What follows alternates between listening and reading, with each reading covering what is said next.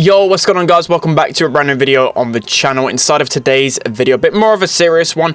I know we don't really get serious videos on the second channel, but I was actually thinking for a long time now to do like a weekly series on scrims, try and help you guys improve so you can get a look into what the meta is looking like before we play qualifiers and whatnot. So every single week I'm thinking of doing this, so let me know down in the comment section below if you want to see more of this. Just some really intense games from our past scrims from the week. Obviously, I won't be revealing all of our strategies and a bunch of other stuff with it, but I will just talk through what I think of the meta and whatnot throughout these games. So I've already got a few games to show off. I've probably got like 4 or 5 that's showing this, but then starting probably Monday, if you guys really like this idea, I'll be doing it every single week of some really intense games, and I'm sure you guys will hopefully enjoy it. So without further ado, let's jump into it. Alright guys, so hopping into the first game. This was a scrum we had yesterday. The balance changes only dropped a few days ago, so just testing out the meta at the moment. I believe the bands were like Sprout, Max, Byron, and I can't remember the other one. But anyway, that's why you're seeing a pipe up. Normally when there's Max in play, you don't really see too much pipe up. But the first mistake we did make from this game is that whenever you see a tank or some sort of aggro comp, you want to be stacking one lane, especially if you like Piper, Mr. P, Tick, you know, 3 brawlers that are really suspect to aggro comps. We'll be stacking one lane, so that's definitely why we had the bad start. And the next game after this, I remember we obviously all triple stacked and did much better. So this is a game that we struggled on, but I'm just showing we're going to be coming back. You can see got a nice double tap there. I think I'm running ambush as well. Ambush is good against Mortis, I think, most of the time, because you can basically make him 2-tappable.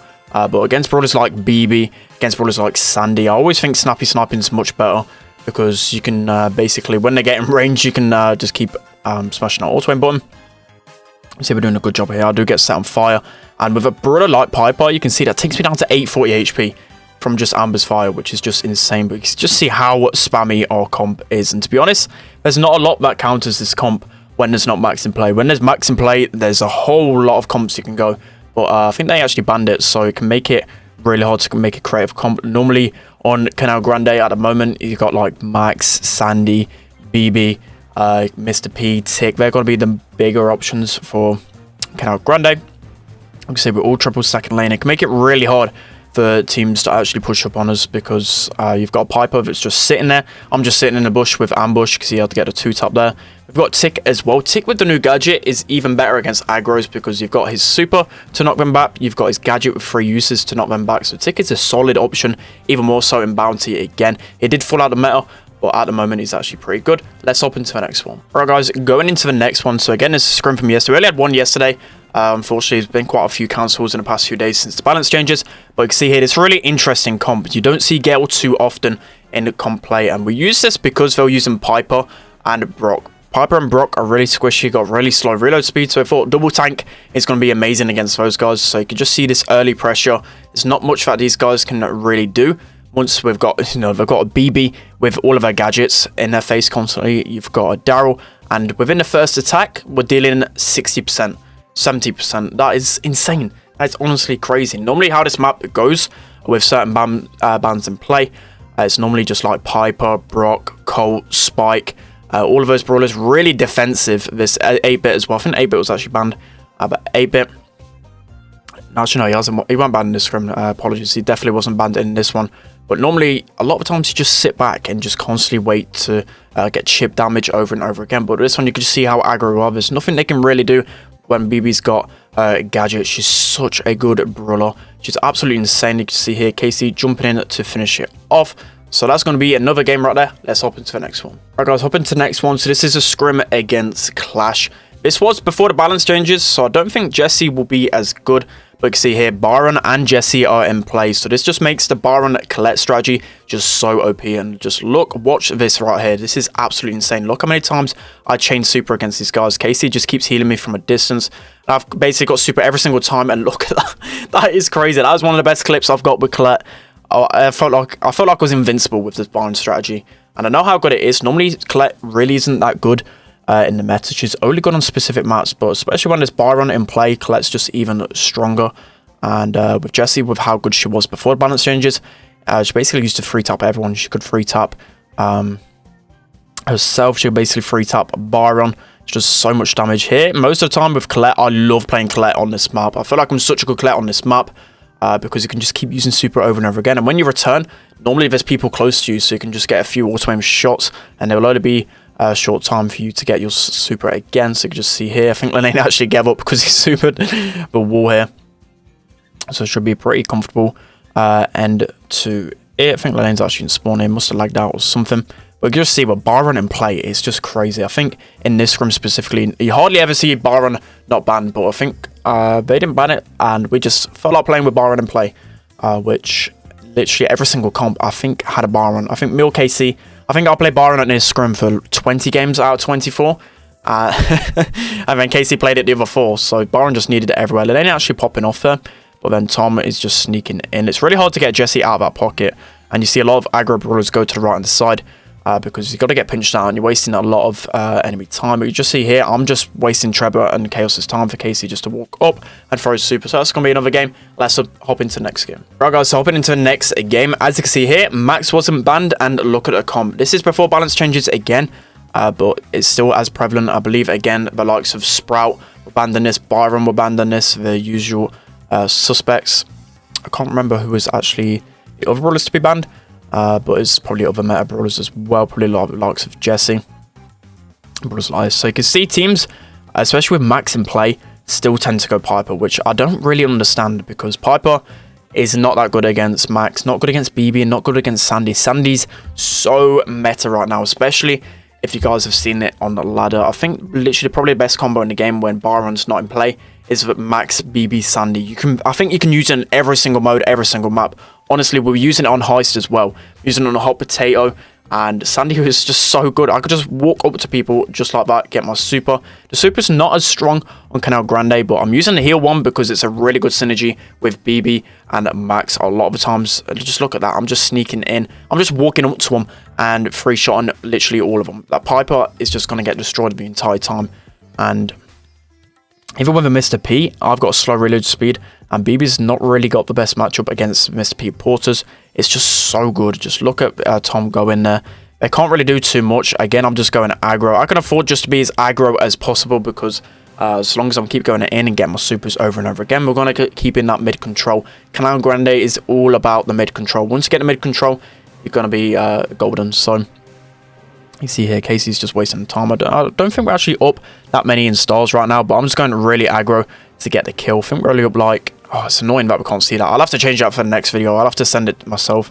When I'm watching from my iPad, you don't actually see the stars, but I think we're only like a couple of stars up here. I do get banana, but you can see the super just healing us all up passively. 300 a second is honestly insane. The super's up for 10 seconds, so that can nearly be like 3k healing right there. So we're going to absolutely dominate in that one.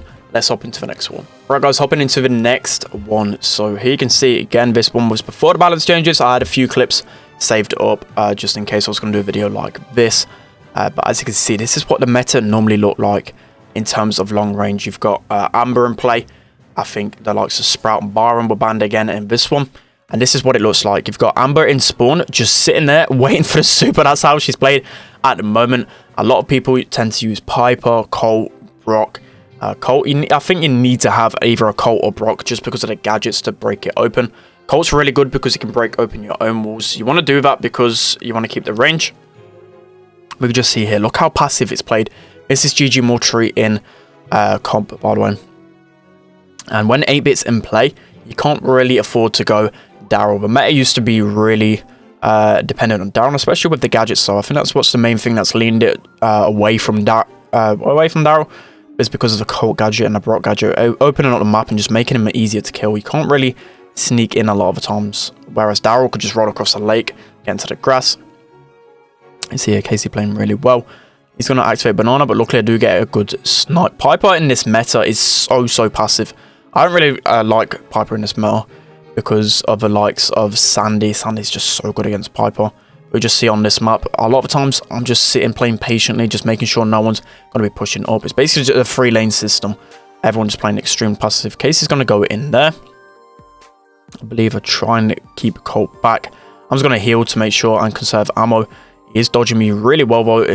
He's actually dodged all 3. And normally a lot of times as well, when you're playing against an 8-bit, honestly, 8-bit's strong, but he's not as strong in comp because people learn how to counter him. You just got to focus the turret just like Maru did right there. He just used his super on the 8-bit turret, and once 8-bit hasn't got turret, you can just see Soy is just absolutely destroying the 8-bit. It's just so strong against it. So many good counters to 8-bit in this meta. That's probably why we haven't really seen him banned, but you can see we're actually down in percentage here. I think there's like 20 seconds left. They've only got like 13%, something small like that, but it doesn't really matter as long as you're keeping the control to the end. So I'm going to get, I'll call it a banana.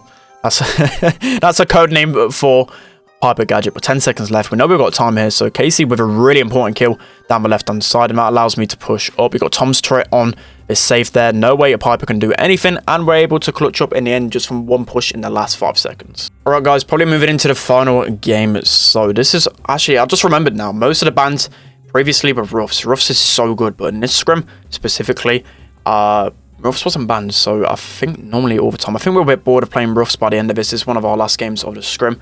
This was just before balances as well, because you can see the B gadget's still broken. I feel like B can still be good in the mid on this map, but Piper's a really good counter at the same time. You can see me on max as well.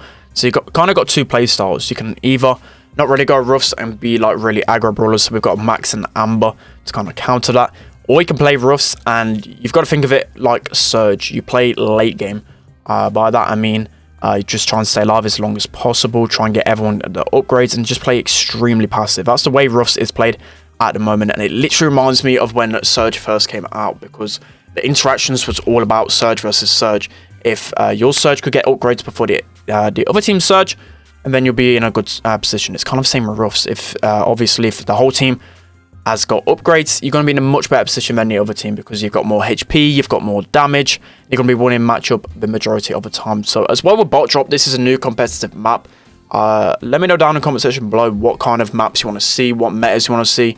So for example, like I'm guessing a lot of people want to see Ruffs in play to see whether he's actually good. A lot of people probably want to see the new maps like bot drop, like the new hot zone ones. But bot drop, literally for me, I don't really like it too much, because it's all dependent on the first bot. If you get the first bot, you're going to be able to hold near enough every single round.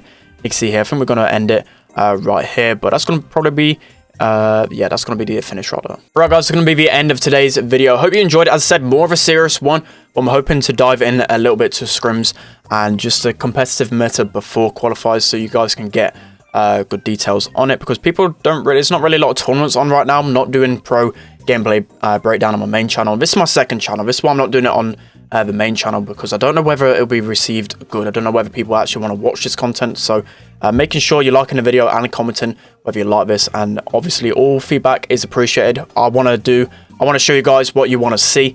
So make sure you're commenting a load of different stuff. I'll be reading that for sure. But this is just a teaser. As I said, probably going to be starting Monday if you guys like it. I'll be doing a bunch of different stuff, and probably be a much longer video, probably like a 20-minute, 25-minute video, really diving into the meta. So that's going to be the end of today's video. Back tomorrow with another fun video. Hope you guys enjoyed. Don't forget to like, comment, and subscribe, and I'll see you guys next time.